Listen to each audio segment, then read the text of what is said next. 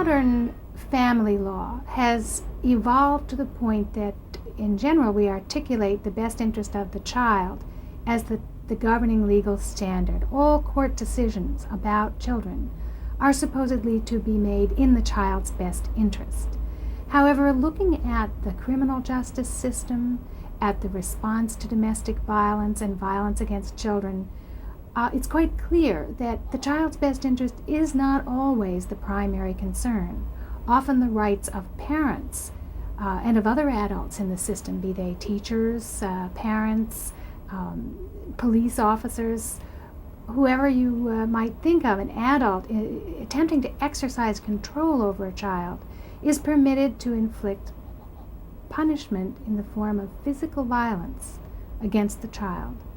So the concept that children are always going to be treated in a way that advances their best interest is really clouded in practice by another concept, the concept that adults have a right to force children, if necessary by use of violence, to conform to the adult's wishes. There are also other ways to conceptualize parents' rights, and I've advocated very strongly, and again here I think I'm drawing on a long line of tradition, a competing line of tradition. Rather than thinking of parents' rights in children as rights of possession or rights of ownership, I would advocate, and I can point to John Locke and other philosophers who have taken this kind of approach, that parents' rights should be viewed as rights of stewardship or trusteeship. In other words, the child is the beneficiary, and the parent's role is to protect that child's well-being and to do whatever is necessary to be sure that that child grows and learns and becomes an independent individual. It's a rather different philosophical concept of parenthood, a concept that focuses not on possession, ownership, and control, but on obligation, responsibility, love, and attachment. I do believe that these are competing strands that we can trace back historically. Frequently, people who are quite concerned about what they see as inroads on parents' rights will say, how can we possibly permit the federal government to come into our homes and tell us what to do about our children or with our children?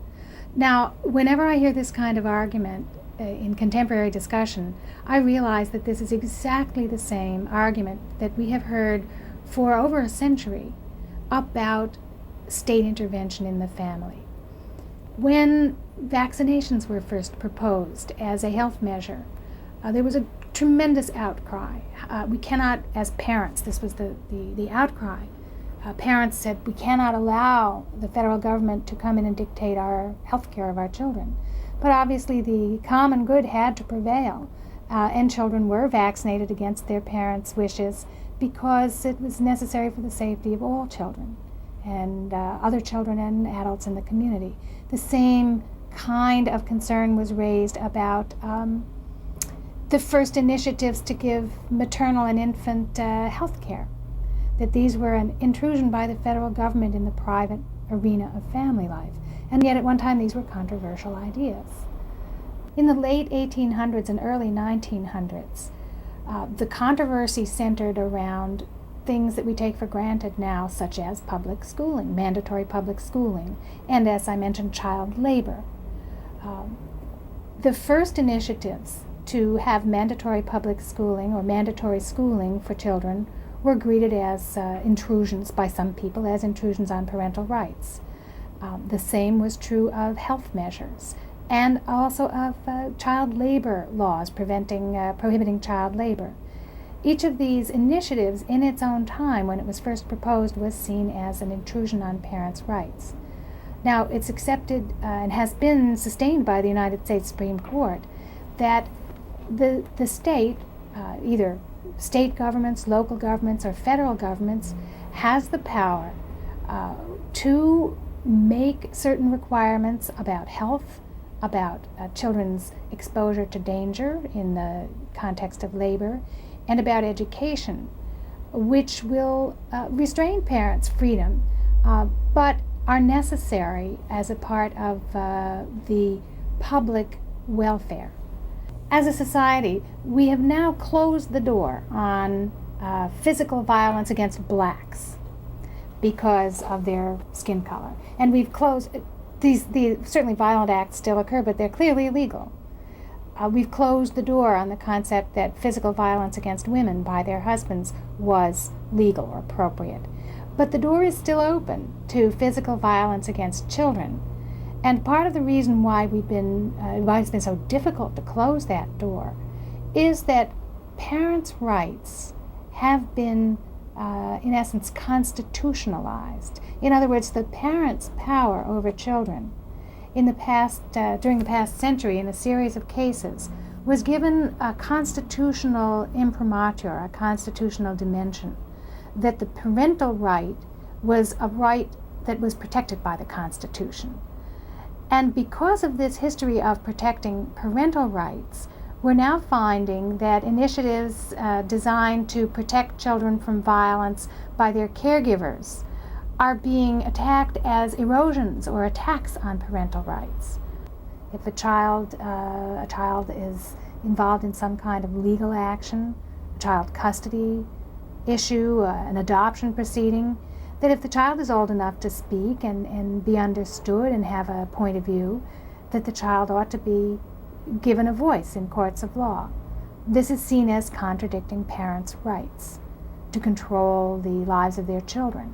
So I do think we have to start by accepting as a society that it's never right to use violence against children. It happens, but it's never right.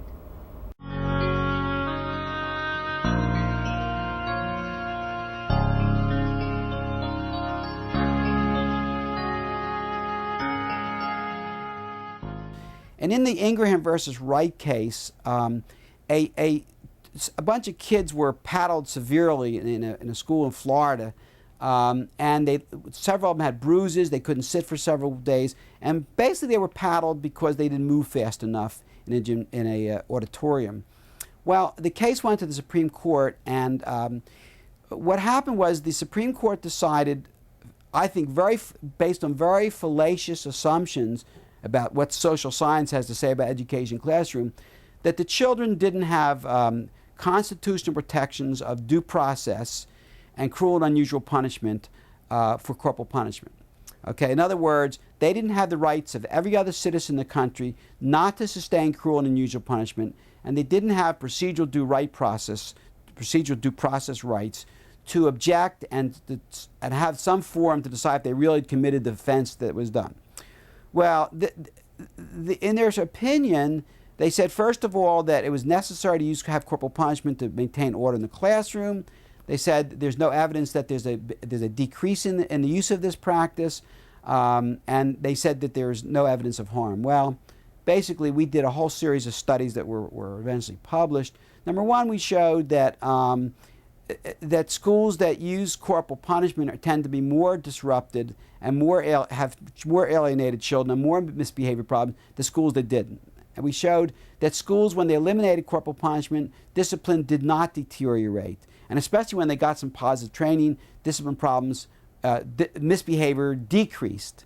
So that was a completely false assumption, that you need corporal punishment. But the decision was very much based on that. We also showed that corporal punishment really seemed to be geographically determined. The kids who were the greatest victims of corporal punishment were, to put it bluntly, kids in the Bible Belts and kids in rural America. So, and then we did some studies using newspaper clippings of editorial opinions by Ingraham versus Wright, and assuming that editorial opinions tend to reflect the thinking of the communities, we found that the greatest support for this decision, which basically said children didn't have procedural due right process under the Constitution or freedom from cruel and unusual punishment, the greatest support was schools that were in rural, conservative communities where they had the least amount of mental health services for kids, the least amount of per capita expenditure on kids, and the highest illiteracy rates.